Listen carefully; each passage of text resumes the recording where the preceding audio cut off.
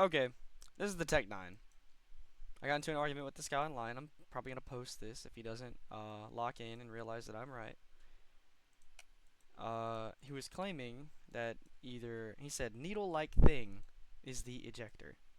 It's two part names. So this is kind of needle-like. The firing pin's kind of needle-like, but it has a bevel. Here, let's see here. Click and hide. Right to X-ray, and let's rack the bolt back. Oh, wrong button. Hold on.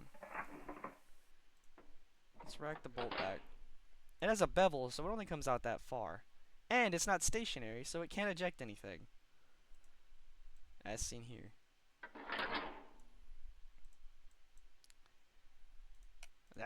Obviously that's not going to do anything, ejection-wise. And maybe this is needle-like? I mean, that's got a slight point onto it to assist putting the spring on, I would assume.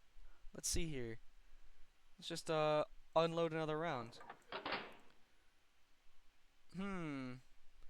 This thing's in the way. I wonder what that is. Part names. That's the ejector. This is not the ejector. That's what the striker slides on and holds the spring. This is not. This is, as it says, a striker spring guide. This guides the spring and the striker. It's not. It's not the ejector. This is the ejector. As you can see, giant pin behind the mag well holds the ejector. It's a part of this sear assembly. Anyways, let's just watch the animation. I'll end this and turn off quick and hide. Let's fire. Trigger is pulled down. Actually, let me go back. I hid the trigger. Trigger is pulled, which due to this little guy right here, the disconnector, pulls the sear down, which is holding back the striker. The striker carries your firing pin and is under tension currently by this spring. It is compressed back by the bolt and then locks into place because of the sear, as the sear does not allow it to go forwards. When the trigger is pulled, the disconnector pulls it down. The striker slaps the disconnector so that the gun doesn't go full auto, and the firing pin slams into the back of the primer on the cartridge.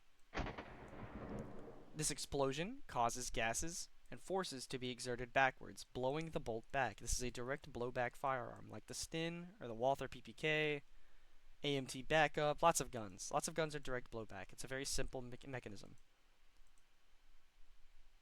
The extractor is hooked into the rim of the cartridge and is positioned outward toward the ejection port. That's a very common thing you'll see on almost every firearm. The ejector is positioned directly in line with the ejection port.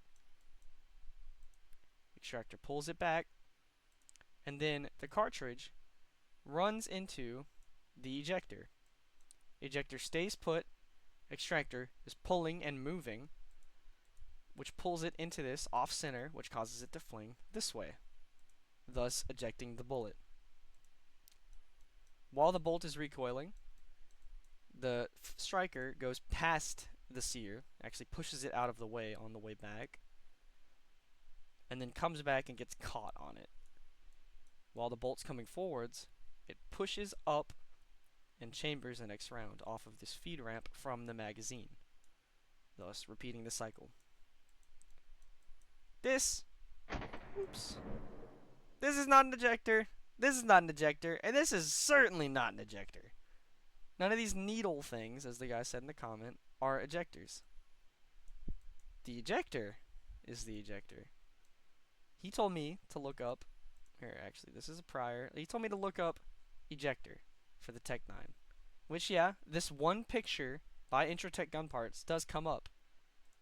A picture of the firing pin, by the way, you can tell because of the bevel that prevents it from sliding out of the bolt, and the two humps back here, which allow it to interface with the striker. The striker carriage, I suppose. But the first two results, or some of the results, are ejectors and two extractors. Notably not needle shaped. He had to do some scrolling for this, unless he spelled tech wrong. Let's click on this. That's not even the right picture. They put the wrong picture up. This is the ejector. It says it on Intratec gun parts. This is not the ejector. This is not the ejector at all. This is the firing pin, as this says. Firing pin parts Tec-9 replacement. Firing pin. Firing pin. Now, ejector. Ejector. It's a pretty simple concept. I can't stand it when people call me stupid online, especially when they're wrong. Should never call someone stupid online, especially when you're wrong, because then that just makes you look double stupid.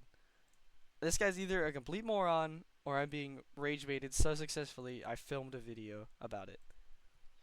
Which, if he backpedals and said, oh, it was rage bait, I'm gonna be super pissed, because I know that's bullshit. Okay, bye.